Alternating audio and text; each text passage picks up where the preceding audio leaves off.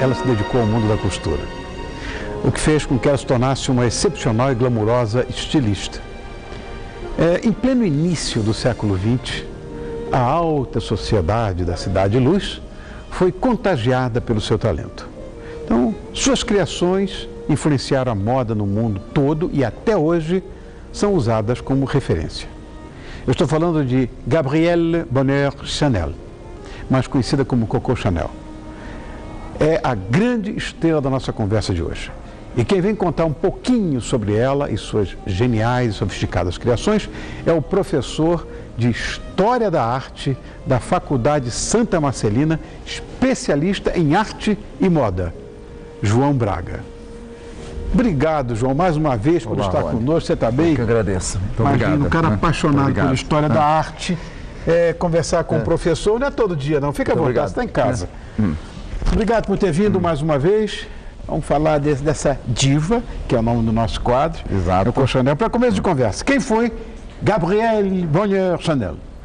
Sem dúvida alguma, a maior expressão da moda de todo o século XX. Se nós tivéssemos que reduzir a moda do século XX, esse seria o nome mais expressivo. Eu concordo. Ela reinventou a moda e, por extensão, reinventou a mulher. Essa reinvenção da mulher que eu acho uma coisa bastante forte. Como é que foi a entrada dela para o mundo da moda? Pois é, Foi uma coisa muito curiosa. Não, sem dúvida alguma. A história de vida de Chanel muito curiosa, muito turbulenta. Exato. E muito, digamos, gratificante para a própria moda como um todo, né? Imagine que Chanel é uma criança que foi deixada no orfanato, teve lá seus problemas, óbvio, né? De uma série de razões afetivas, razões financeiras, né?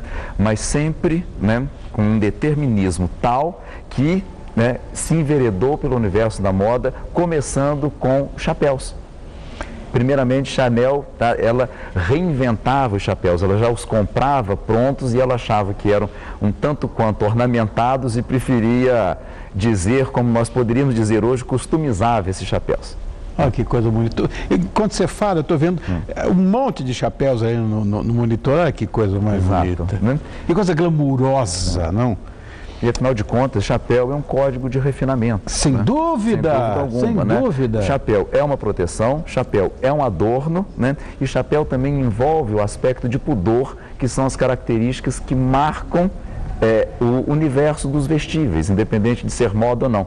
Nós colocamos alguma coisa sobre o corpo por essas três características. Está bem colocado. Professor é professor. Agora, ela começou essa história lá em Paris mesmo, né? Sim, com exatamente. O seu companheiro, que foi o Arthur Capel, né? Exato.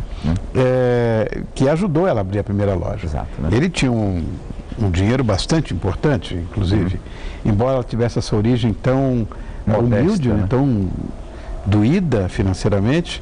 Ela acabou se casando com um milionário. Como é que foi essa fase para ela? Pois é, Chanel teve uma vida afetiva um tanto quanto também tumultuada, turbulenta, sem dúvida alguma, mas o que é mais interessante, dependente é como ela deposita toda uma maneira de ser nas coisas que ela resolve fazer, né? E através de todo esse lado que ela teve com uma certa, digamos assim, com certas dificuldades no próprio orfanato, fez com que ela se esmerasse cada vez mais e se envereda por essa questão do universo da moda. Teve que sair do orfanato a um determinado momento, quando atingiu uma certa idade, e aí resolveu se dedicar a uma vida social mais intensa também, e se enveredou pelo universo da moda, voltando, fazendo chapéus, e depois ela começa a fazer roupas de fato. Porém, a intenção de Chanel era revolucionar. Chanel foi muito interessante no seu processo criativo, porque ela achava desnecessário todo aquele enfeite, toda aquela tradição de uma moda ornamentada que prevaleceu praticamente no século XIX todo. Diga-se de passagem, até muito antes, a moda sempre foi ostensiva, até mesmo para homens, né? E Chanel, no período da virada do século XIX para o século XX, o período da Belle Époque, ela achava todo aquele excesso de cintura marcada, saia com babados, lacinhos, coque fofo, chapéu enorme, com plumas. Ela olhava para aquilo e falava, não tem necessidade, né? Chanel resolve limpar isso tudo curiosamente se inspirando nas roupas masculinas. A figura masculina para Chanel foi deveras importante, talvez até pelo fato dela não ter tido um pai e tendo sido criada no orfanato. Então ela tinha uma ligação com a figura masculina muito próxima e muito intensa.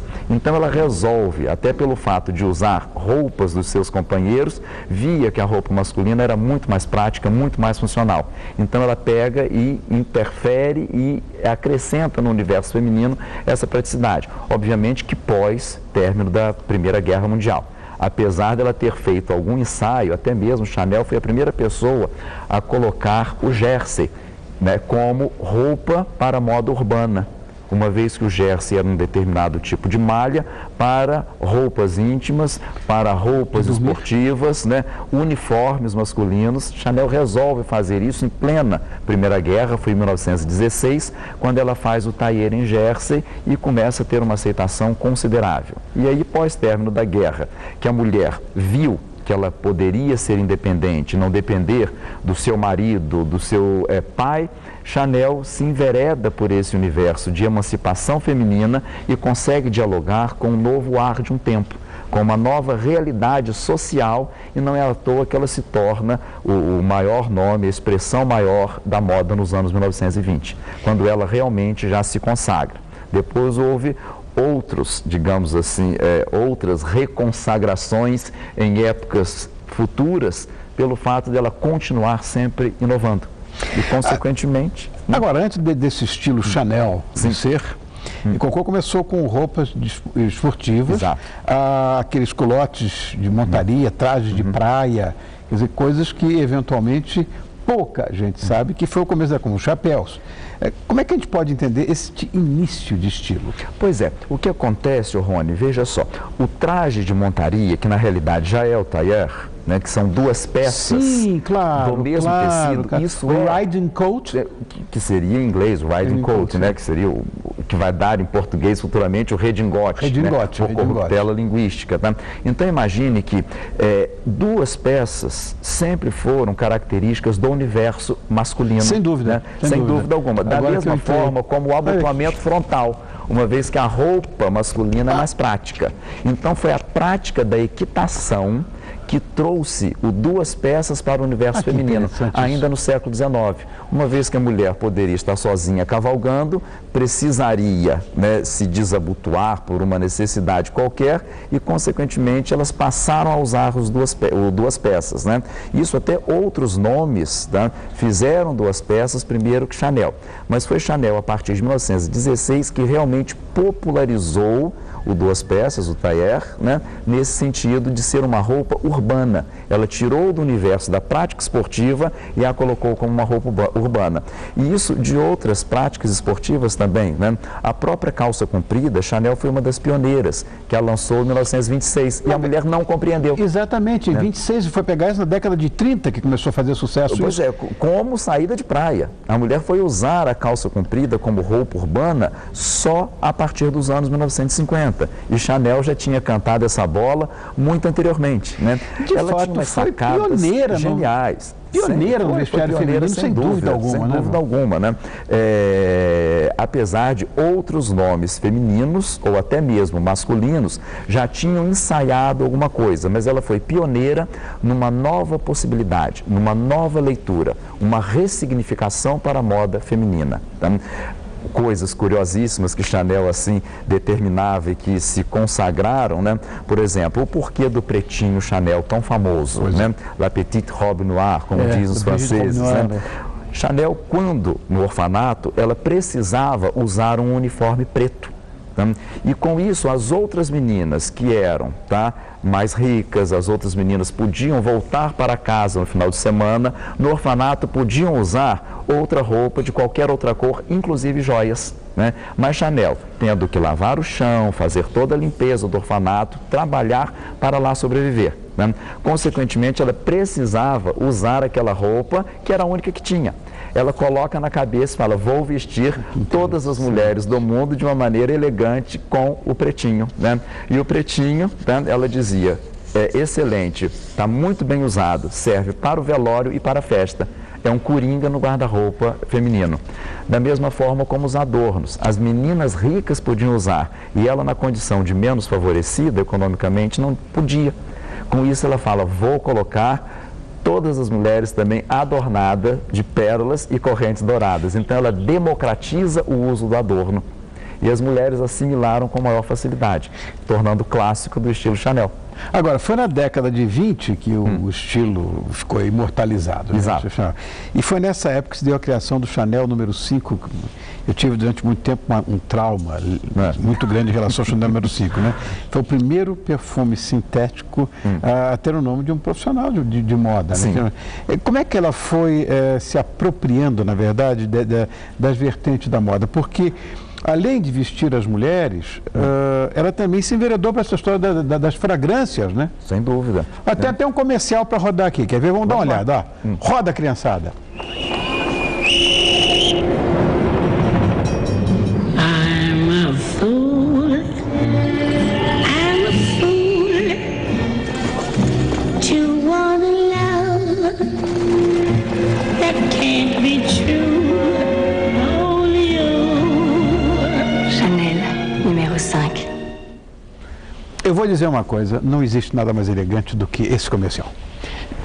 E sou publicitário, é muito chique. Vou contar uma coisa para você. Agora, essa questão do perfume, Rony, antes até de você falar o que você quer me contar de fato, né? No fundo, né? Havia um outro nome, que era uma espécie de inimigo de Chanel na moda, chamado Paul Poiret. Um nome expressivo também da moda francesa. Foi. E Poiret foi muito pioneiro. Poiret inovou muito, até mesmo ele lançou uma calça comprida, primeiro que Chanel, mas uma calça odalisca, que a mulher estava menos ainda preparada para recebê-la, e Poiret também foi o primeiro nome a associar um perfume a uma casa de costura. Tá? E ganhou dinheiro com isso. Então, quando Chanel também associa o perfume, aí sim, com uma química, não um perfume com uma essência natural, Chanel se envereda por esse universo, mas muitas vezes até mirando-se em sucessos anteriores. Lógico, não desprezando toda a sua ousadia, todo o seu pioneirismo, mas ela já existia essa ligação de uma casa perfumista com uma casa de costura. Eu, pequenininho, descobri na penteadeira da minha mãe um Chanel número 5, aqueles vidrões, se lembra aquelas coisas assim? Sim. Mega. Peguei e levei para minha mãe. Caiu. Disse, mamãe, pega.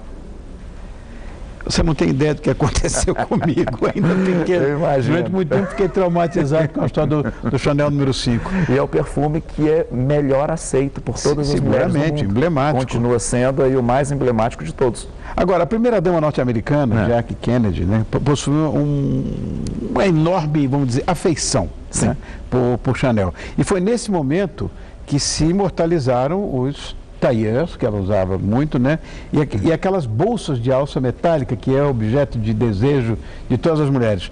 Foi aí, né?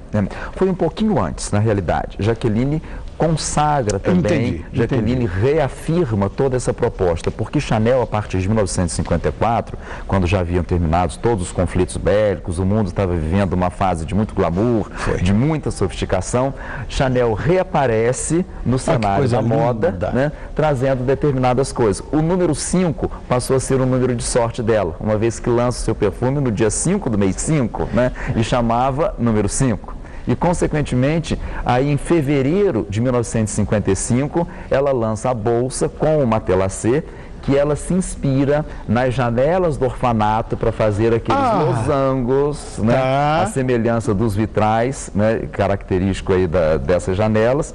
E aí ela lança a 255, que torna-se uma bolsa clássica e desejada ainda hoje. A própria Chanel lança a proposta da bolsa tiracolo. A mulher precisa ser mais dinâmica, precisa ter uma realidade outra no universo de trabalho e precisa estar com as mãos desocupadas, né? E aí ela refaz esse tailleur que ela já tinha feito com as novas propostas estéticas dos anos 50, final dos anos 50, e Jacqueline Kennedy, com outro ícone. E da mesma forma, com uma tradição francesa, ela também vai acabar difundindo toda essa estética, todo esse estilo proposto por Mademoiselle Chanel. Bom, Chanel morreu em 1971. 71. E eu acho que morreu de uma forma tão impecável, né? Morreu no Ritz de Paris. Ela morava no Ela Ritz, morava né? no Ritz, né? Morou lá no Ritz. E é impressionante que a sua marca e o seu estilo não foram embora junto com ela. Tanto que, acho que foi em 83, né, o alemão Lagerfeld, o Karl Lagerfeld assumiu a direção de criação. Exato. Você acha que houve mudança?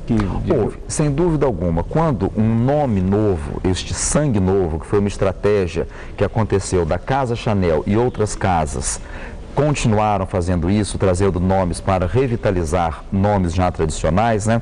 Deu super certo, está aí até hoje, né?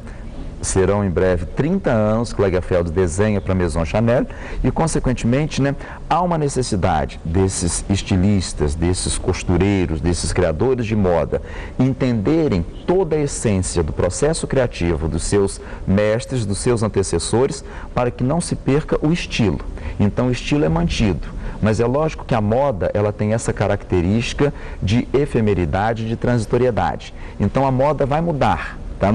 Porém, Lagerfeld mantém a essência do estilo Chanel com as novas propostas contemporâneas, dialogando com os padrões de anos 1980, anos 1990 e agora nesse princípio aí do século XXI. Então aquela frase emblemática que a moda passa e o estilo fica é comprovada no trabalho do Lagerfeld, uma vez que você olha e uma roupa Chanel não precisa de uma assinatura. Você reconhece imediatamente, de tão emblemática, de tão característica que ela se faz através do botão dourado, através do tweed, que é um tipo de tecido, através do debrum, através do clássico, do bouclé, né? Ou mesmo do clássico, o claro escuro, o cru com o marinho, ou o cru com o preto. Enfim, o próprio sapato Chanel deixou, mais do que um estilo para a roupa, ela deixou um estilo de vida, ela deixou como sinônimo corte de cabelo, um tipo de calçado, né, uma fragrância. Então ela deixou de fato, ela dialogou com a emancipação feminina que percorreu todo o século XX, sem dúvida alguma. Que coisa Chanel bacana. aí é incrível. Bom, João, eu quero te agradecer muito. Sou o professor João Braga, que é professor de História da Arte na Faculdade de Santa Marcelina, que é a grande referência, hoje inclusive escola de moda aqui no nosso país. E peço que qualquer hora dessa você apareça de novo para falar de arte, que é uma paixão grande que a gente tem na vida. Muito obrigado, é uma satisfação estar com você. Obrigado, meu irmão. Obrigado. Obrigado.